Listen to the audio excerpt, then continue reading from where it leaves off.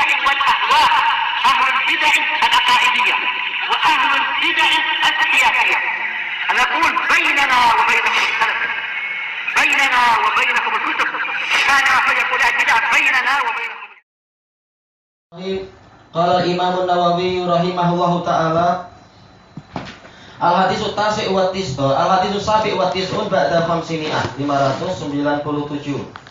Wa an Asma'a binti Abi Bakrin As-Siddiq radhiyallahu anha qalat qala li Rasulullah sallallahu alaihi wasallam la tuqi fayuka alaik.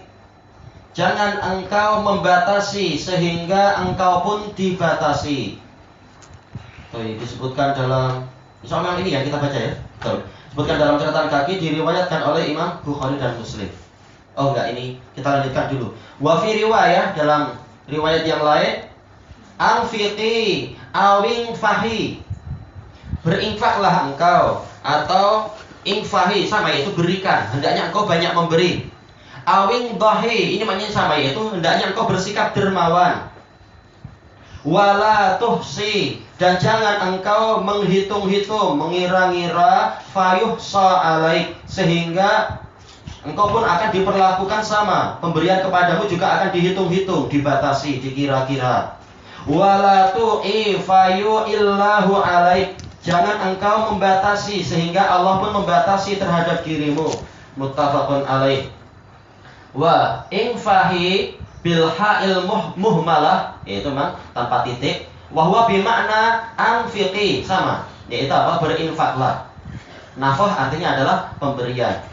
Wa kadzalika indahi, artinya sama, bersikap dermawan, walaupun ada sedikit perbedaan makna. Baik. Di sini Rasulullah Shallallahu alaihi wasallam menggunakan pola kinayah, yaitu apa? Kata-kata kiasan, ungkapan. Dari apa? Dari di sini dari wika. Wika ini sebenarnya adalah tali yang mengikat kantung. Kantung itu ya, yang kain yang bagian atasnya dikasih tali, kayak zaman-zaman dulu mungkin kakek dan nenek kita itu simpan duit di kantung-kantung macam itu. Nah, ada talinya di mulutnya. Nah, inilah yang dikatakan wika. Berarti apa? Latuki, jangan engkau mengikat kantong itu sehingga kantong untukmu juga diikat. Kata Al-Hafidz Ibnul Jauzi di dalam Kashful Mushkil, ini adalah ungkapan dari larangan untuk bakhil. Baik. Bakhil itu gambarannya apa? Yaitu mengikat mulut kantong tadi. Tidak suka membuka pundi-pundi perbendaharaan. Intinya apa? Yaitu maknanya adalah jangan engkau bersikap bakhil. Karena kalau engkau bersikap bakhil, maka Allah juga akan bersikap yang seperti itu terhadapmu. Walaupun nggak mungkin kita katakan Allah bakhil atau bersikap bakhil. Bahkan apa? Allah Ta'ala itu maha dermawan. Bal yadahu mabsuutatan yunfiqu kayfa yasha. Bahkan kedua tangan Allah itu terbentang. Dia memberikan infak sekehendak dia. Baik. Makanya Imam lain mengatakan ini adalah mimbabil muqabalah, yaitu pembalasan yang setara. Walaupun kita tidak mengatakan Allah bakhil, tapi barang siapa bakhil berarti dia akan dibalasi yang setara dengan itu. Baik. Kemudian ini kemungkinan pertama, yaitu larangan bersikap bakhil pada orang lain. Berarti apa? Yaitu perintah untuk dermawan. Disebutkan oleh Ibnu Hajar dalam Fathul Bari, termasuk di dalamnya adalah bakhil pada diri sendiri. Karena asal dari wika itu kantong milik diri sendiri yang digunakan untuk apa? Menyimpan harta untuk keperluan diri sendiri. Berarti maknanya bagaimana? Yaitu jangan kantongmu itu terlalu sering engkau tutup rapat walaupun terhadap dirimu sendiri. Buka saja sedekah untuk dirimu sendiri. Kalau belum mampu sedekah pada orang lain, jangan bersikap kedekut pada diri sendiri. Tentunya apa? Sesuai dengan kadar kemampuan, sesuai dengan keadaan. Nah, dua makna ini sama-sama betul yang disebutkan oleh Ibnu Hajar dan disebutkan oleh Ibnul Jauzi. Bakhil pada diri sendiri itu juga tidak baik. Inna linafsika alaika haqqo. Jiwamu punya hak terhadap dirimu. Demikian pula bakhil pada orang lain itu juga tidak boleh, sesuai kadarnya tentunya. Baik. Kemudian di sini juga ada dalil al-jaza min jinsil amal. Balasan itu sesuai dengan jenis amalan. Barang siapa dermawan, dia akan disikapi dengan dermawan. Barang siapa kedekut, maka dia juga akan disikapi dengan pola yang seperti itu. Kemudian dari sisi yang lain disebutkan oleh Al-Allamah Tibi rahimahullahu taala, ini dalil bahwasanya as-shadaqah taftahu abwabal ata. Sedekah itu akan membuka pintu pemberian. Semakin rajin kita bersedekah, sama saja pada diri sendiri, demikian pula pada orang lain, maka Allah juga akan rajin, akan semakin banyak memberikan sedekah pada kita. Allah nggak perlu kita dan tak perlu bantuan kita, tapi Allah suka membalas kebaikan kita kepada para hamba. Baik, maka semakin rajin dia bersedekah, semakin lebar pintu dari Allah terbuka untuk dia. Maka di sini ada sisi munasabah yang lain. Perbendaharaan kita itu kecil aja, yaitu kantong tadi ungkapannya. Kadang poket kita pun kecil atau besar, paling sebesar apa, nggak ada orang yang poketnya sebesar rumah biasanya. Baik. Tapi kalau kita mau membuka poket kita, membuka kantong kita untuk sering bersedekah pada diri sendiri, juga pada orang lain, maka pintu perbendaharaan Allah yang maha luas itu akan dibukakan untuk kita, sehingga harta kita semakin berkembang, rezeki-rezeki yang lain juga semakin berkembang. Kemudian makna tuki, maksudnya itu sama dengan riwayat yang lain tuhsi, karena riwayat yang lain adalah tuhsi. Maksudnya adalah menghitung-hitung dengan terlalu ifrat, terlalu berlebihan, terlalu mempraktekkan ilmu accountingnya itu, akuntansi. Orang Indonesia bilang, oh ini kalau segini nanti cepat habis lah, oh coba kurangi lagi, oh coba kurangi, dan seterusnya. Nah ini kalau terlalu menghitung-hitung, nanti rezeki kita juga akan terlalu dibatasi oleh Allah Ta'ala. Makanya walaupun rezeki di dunia semakin dibuka, tapi justru kenapa orang-orang tidak mendapatkan keberkahan seperti keberkahan umat-umat yang keberkahan dari generasi pertama kita. Betul-betul tidak ditemukan orang miskin di zaman siapa itu? Di zaman Umar bin Abdul Aziz dan seterusnya. Karena mereka betul-betul tawakal pada Allah dan sedekah banyak-banyak dan menjalankan syariat, sehingga sebab-sebab berkah itu banyak sekali. Ya, sekarang terlalu menghitung-hitung ilmu akuntansinya, sehingga betul-betul keberkahan semakin mengecil. Baik. Kemudian untuk di sebagian lafadznya disebutkan di sini anfiqi. Ini menunjukkan bahwasanya larangan tadi itu memberikan makna kebalikan. Jangan engkau kedekut, jangan engkau pelit. Berarti banyak-banyaklah berinfak. Infahi yaitu banyak-banyak memberi. Seperti nafhatu tib wa nafhatu arri. Seperti hembusan wewangian.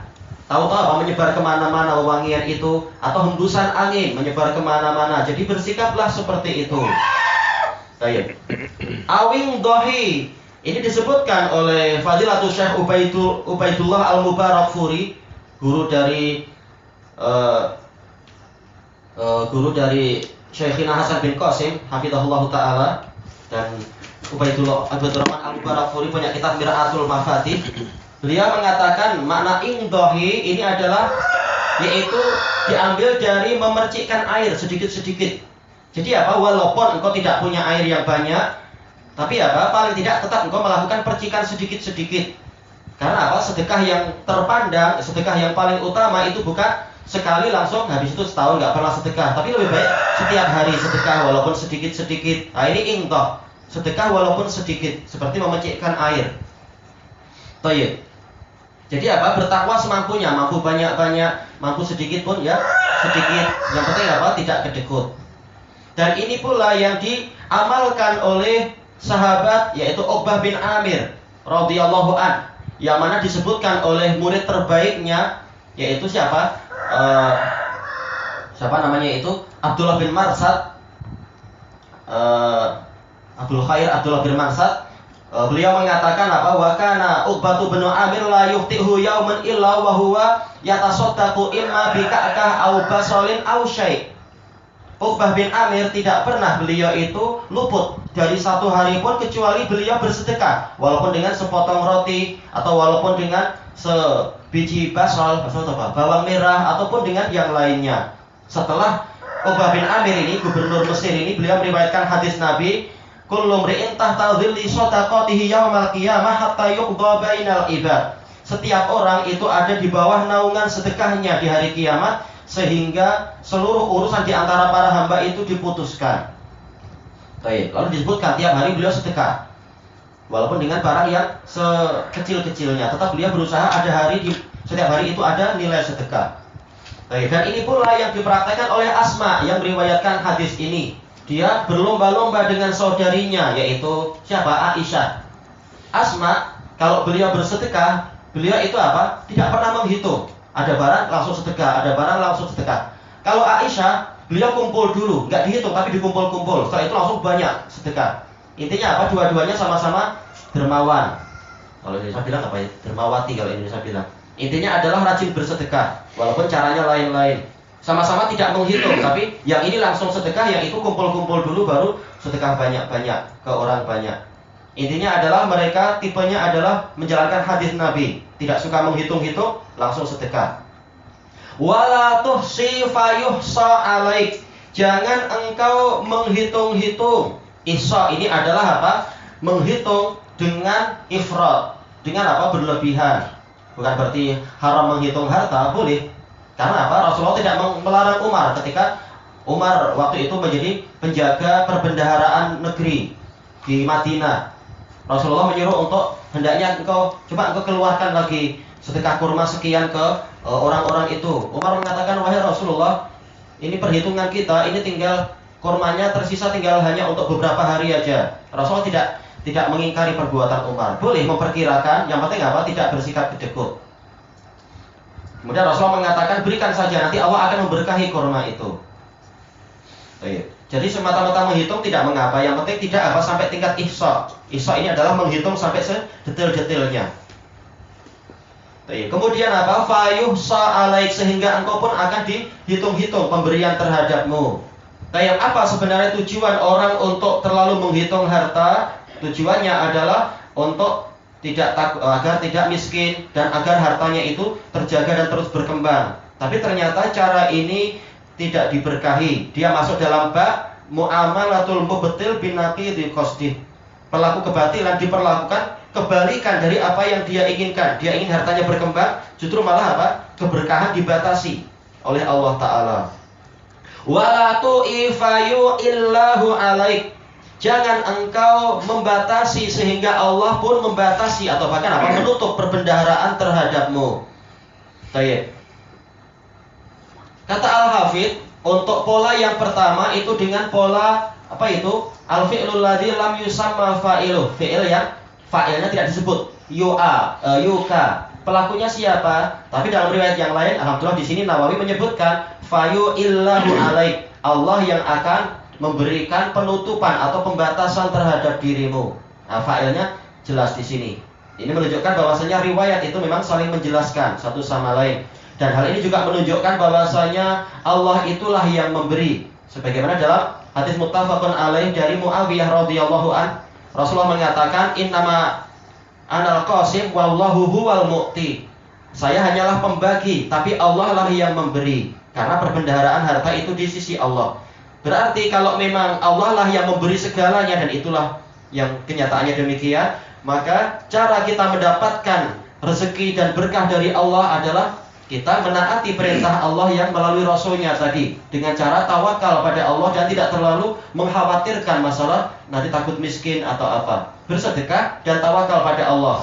Allah akan memberikan tanpa perhitungan.